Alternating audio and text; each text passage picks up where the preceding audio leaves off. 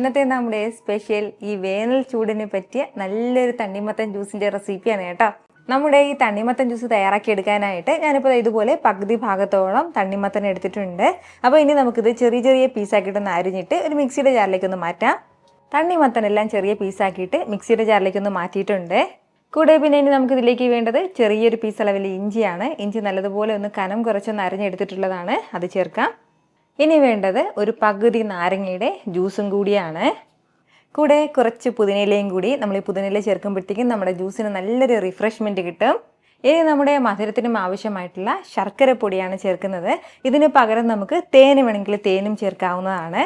ഇത് ഇത്രയും ചേർത്ത് നല്ലതുപോലെ തന്നെ നമുക്കിതൊന്ന് ബ്ലെൻഡ് ചെയ്തെടുക്കാം.